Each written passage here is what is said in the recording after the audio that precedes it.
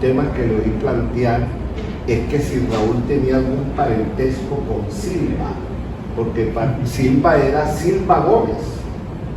Y Raúl pareció haberle confirmado que sí, que el Gómez de la madre de Silva tenía algún vínculo con el Gómez del cual él venía. Yo recuerdo que se dice que en la antigua Grecia los muchachos de los colegios estudiaban todas las materias, historia, geografía, mitología, cosmogonía, matemáticas, incluso aritmética, ¿sí? Tomando como libro de texto los poemas de Homero.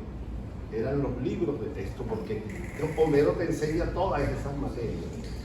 Entonces se me ocurre decir que en Córdoba deberían adoptar como libro de texto en las escuelas para estudiar la fauna y la flora del departamento de Córdoba, la obra poética de Raúl Gómez Hattin, sobre todo esa del tríptico seretiano, donde él se ocupa mucho de ese punto. Los mejores libros de Raúl, es uno de los mejores libros de Raúl. Es un libro que es clásico, no solo por el estilo, por el lenguaje que es controlado, que es, como dije ahorita, austero, sereno, que es incluso culto, formal, muy distinto de la palabra maldita de que habla Rómulo de los otros libros. No solo por eso, sino por los temas de que trata, ¿sí? Que en su mayor parte corresponde a los periodos clásicos de la Grecia y la Roma antigua. Concretamente, de los 22 poemas que conforman Hijos del Tiempo, hay 10 que son de tema o asunto clásico. Es un poeta que puede clasificarse en la categoría de los poetas inspirados. Es un poeta intenso, vitalísimo, carnal y también descarnado. Es decir, es un poeta romántico, tomando el término romántico, ojo, en el sentido de estilo literario, o más bien de actitud literaria universal y histórica. O sea, no me estoy refiriendo exactamente a ese movimiento literario y artístico en general que surgió en Inglaterra y en Alemania entre finales del siglo XVIII y comienzos del XIX, no. Raúl es un poeta romántico, pero en realidad ese es solo el Raúl más conocido. O sea, el Raúl romántico es solo el Raúl más conocido, el que está más presente en el imaginario colectivo del público, porque hay otro Raúl Gómez Hattin, ¿no? Uno que es menos subjetivo, menos dionisíaco, que es austero, sereno, en una palabra, un Raúl Gómez Hattin clásico, ¿no? Entonces, de ese Raúl Gómez Hattin clásico es de quien yo me ocupo en mi texto, porque además fue la tarea que me asignó Rafael del Castillo. Me dijo: quiero que trates de este tema, de la presencia de los clásicos en Raúl Gómez Hattin. Bueno, esta faceta clásica de Raúl Gómez Hattin está circunscrita a dos libros, que son Hijos del Tiempo, que se publicó en 1989, y un libro que se llama Acerca de Edipus, así, Edipus, en la versión latina del nombre,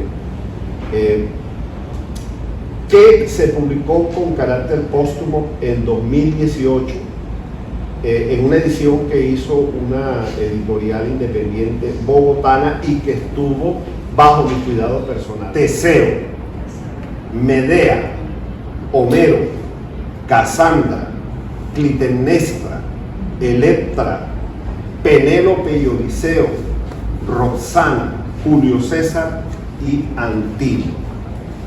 Como pueden ver, los poemas se refieren a 11 personajes de la historia y la mitología clásicas.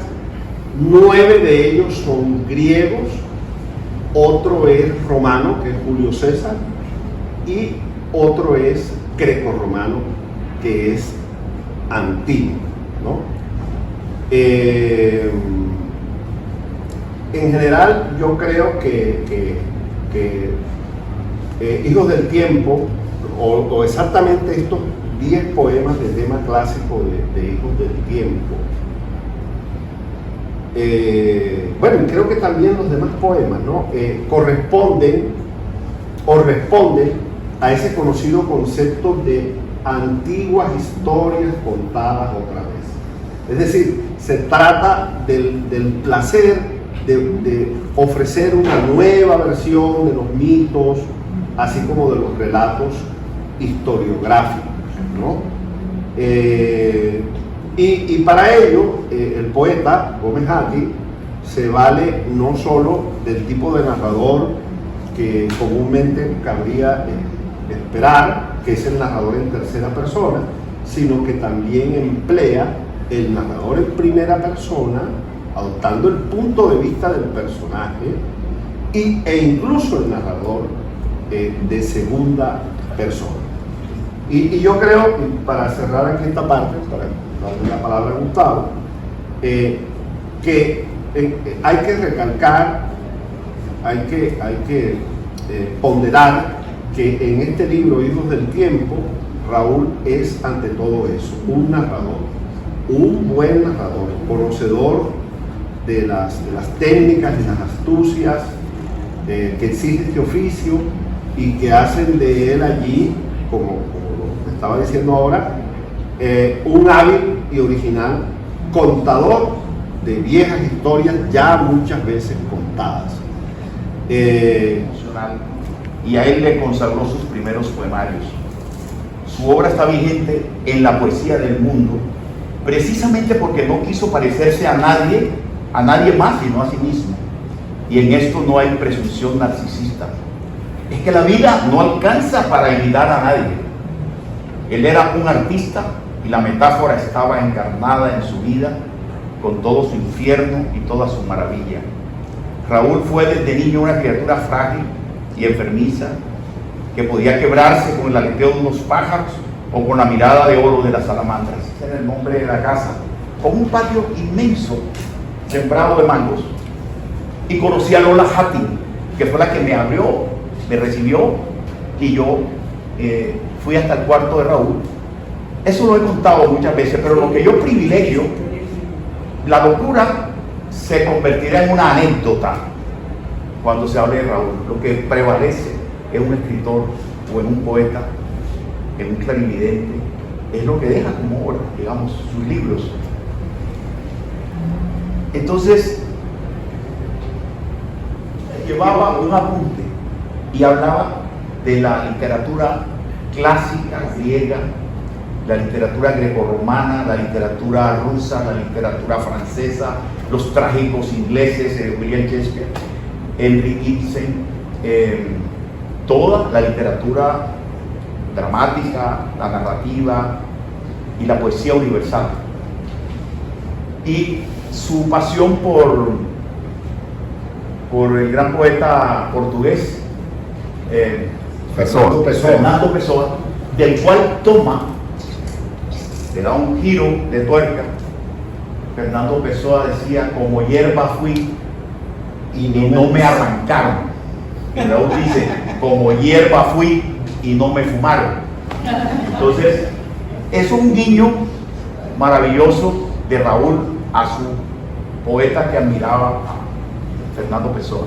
Bueno, yo lo que veo es que el río Sinú, que él describe, que él narra, se va deslizando a los ríos y mares del mundo, conjugando epifanías del cuerpo y del alma entre el cielo y la tierra. Del Sinú se desliza hacia el mar de los Sargazos, al Mediterráneo, al Éufrates, al Tigris, al Ganges, al mar Egeo, al mar Muerto. Su poética se conecta con un circuito orgánico desde el Pato y la ciénaga de Cereté en el Sinú, con las aguas de la antigua Babilonia. Los personajes de su poemario Hijos del Tiempo ya no son sus vecinos de Cereté y de las aldeas del Sinú, sino los personajes de la tragedia griega y los de la historia de la humanidad. Comienza con Viserino y sigue con Belkis, Teseo, Medea, Homero, Casandra, Clitemnestra, Electra, Penélope y Odiseo, Roxana, José, Salantino, Godofredo de Boirón, Sherazada, Lipo, Andrea Mantegna, el rey Moro, Montezuma, María Estuardo, el cacique Zenú, Franz Kafka y Lola Hattie. De esos poemas hay dos homenajes al Zenú, que es el poema El cacique Zenú y Lola Hattie, integran en ese mapa mítico universal, lo integran con otro mito de la realidad del poeta, los ancestros paternos y el homenaje a Lola, su madre. El mito regresa al patio de Cereté. Su relación con Dios, que en los poemarios anteriores tenía el tono de un orante, de un místico, que ve lo divino en todo lo que le rodea, el río y el paisaje de su región, se torna una relación conflictiva, desafiante, transgresora en este poemario. Ahí en el Romboy había atropellado a un poeta y el conductor, cuando lo atropelló, que fue un golpe contundente, Raúl estaba pasando ese Romboy. Banco Popular. Llamaba la India Catalina. Él iba a encontrarse con un agente de policía que había decomisado la droga de la noche anterior. Y ese señor le iba a regalar a Raúl una porción de esa droga. Un sargento. Y entonces él iba camino a encontrarse con el sargento. Y resulta que no calculó los tiempos. El conductor avanzó en el semáforo, lo atropelló y no se detuvo. Cuando vio que era Raúl, dijo: es el loquito. Dijo el tipo: es el loquito. O sea, no le dio importancia y siguió. Entonces, la prensa de Bogotá, El Tiempo, El Espectador, Revista Semana, todo el mundo dijo que él se había suicidado. Porque días antes yo había visto a Raúl toreando carros en el centro. Pero Raúl había adquirido ese deporte. Ese deporte de torear carros. En Bogotá lo hacía. Imagínate que en un poema decía: fue que una rueda pesada me atropelló, fue que me quedé sin yo. Y él volvió a mirar ese verso y dice: a mí me digan esos versos no los quiero en mi obra. Que una rueda pesada me atropella a mí. Vamos a quitar esa vaina. Y quitó esos versos que eran premonitorios de una muerte trágica. Pero él alcanzó a quitar esos versos de que una rueda pesada me atropelló. Cuando Editorial Norma hizo la obra reunida en el año 89, ¿verdad? 89, él pidió que quitaran esos tres versos que hablaban de que una rueda lo iba a atropellar. ¿Puedo hacer una foto? Sí. Siempre quería hablar del suicidio. Inclusive él intentó y fallaba. Entonces comisionó a Iván Barbosa para que lo votara. Iván Barbosa. Después me cogen a mí, Raúl, inyéctame aire. Ahí fue que comenzó a desviarse ya de todo. Para mí que Raúl camina un poco al encuentro de esa hora gris de las 5:20, 5:30, y es una mezcla de que el bus de madera no lo vio. Los buses de Zaragozilla de esa época eran de madera y se lo llevó. Claro, era muy frágil. No porque me adoren, sino porque yo lo hago. Porque me inclino ante quien me regala unas granadillas o una sonrisa de soledad. O porque odio de sus habitantes recios a mendigar una moneda o una camisa en la mano. Porque vigilo el cielo con ojos de Navidad y lo nombro en mis versos. Porque soy solo, porque dormí 7 meses en una mecedora y 5 en las aceras de una ciudad. Porque la riqueza miro de perfil, mas no conozco.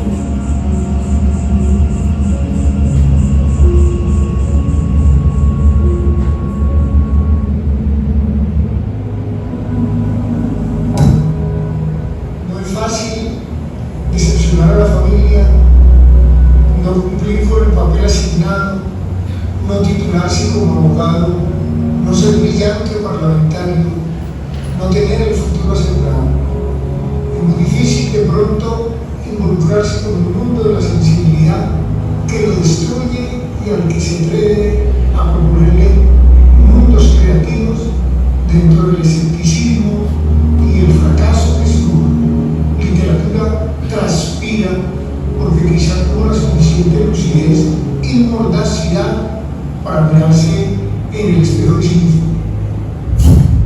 Yo no recuerdo muy bien cuándo fue que yo lo vi por primera vez, pero sí lo recuerdo vagamente que fue como después de un clinicazo, porque venía a CDT, clínica psiquiátrica, y de la clínica psiquiátrica iba a mi casa.